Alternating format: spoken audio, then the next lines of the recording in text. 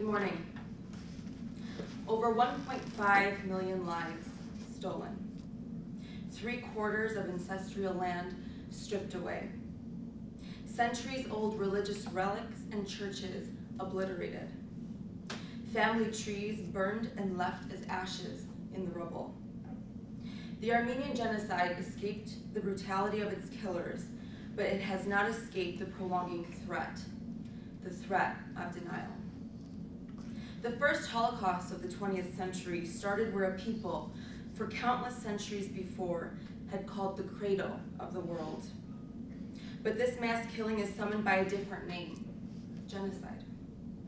And unfortunately for many, and fortunately for some, putting on a mask and denying these atrocities the proper title carves deeper scars into the scabs left almost a century ago.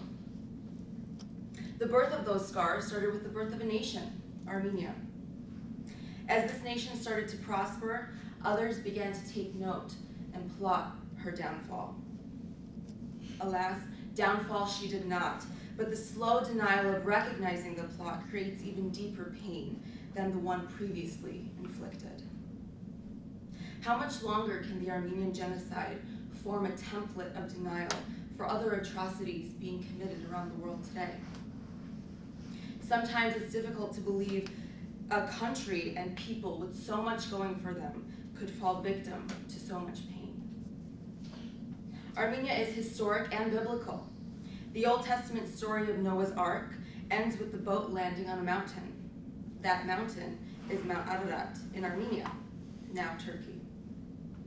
Armenia was the first nation to accept Christianity in 301 AD. The nation spent much of its infancy under domestic rule by kings and queens.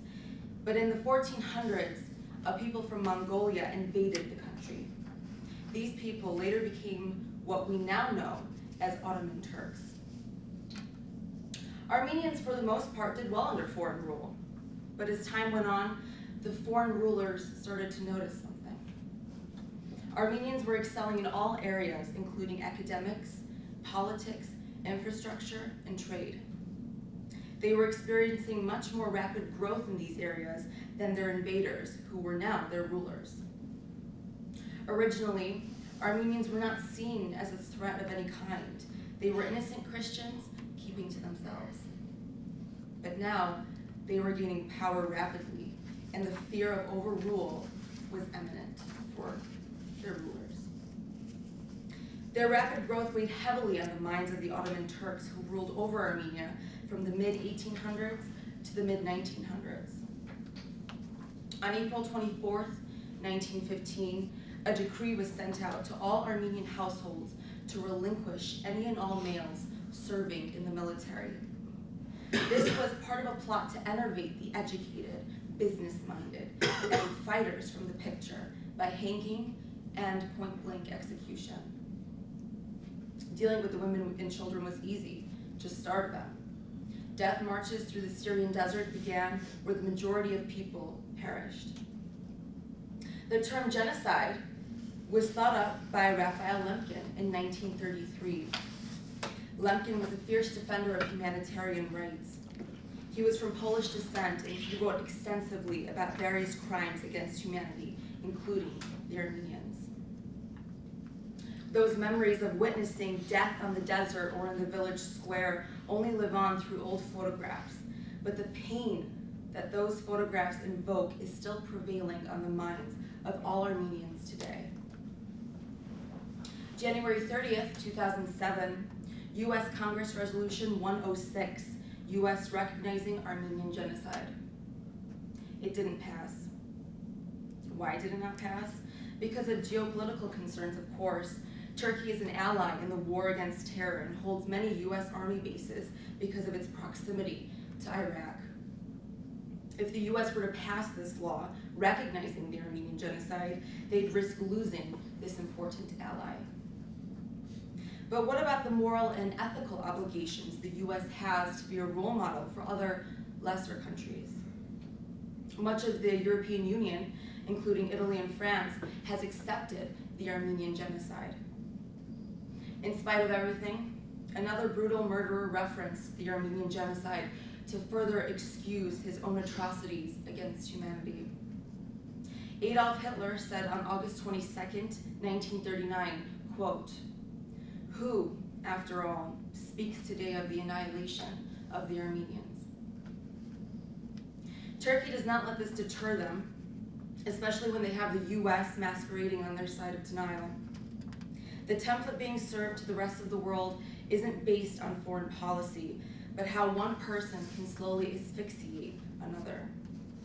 I learned this lesson not through history books or after dinner conversations with my folks, but from a very unlikely source. The 2007 outbreak of the 17-year cicadas, to be exact.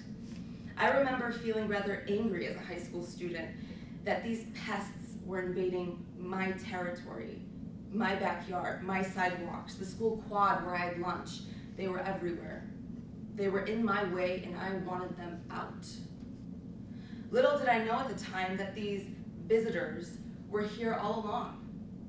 I was the one who was in their way. I was the visitor. I was on their turf. The same feelings the Ottoman Turks had against the Armenians who had lived on that land for centuries before was being felt by a 21st century teenager. Armenians were viewed as the pests that needed to be wiped out.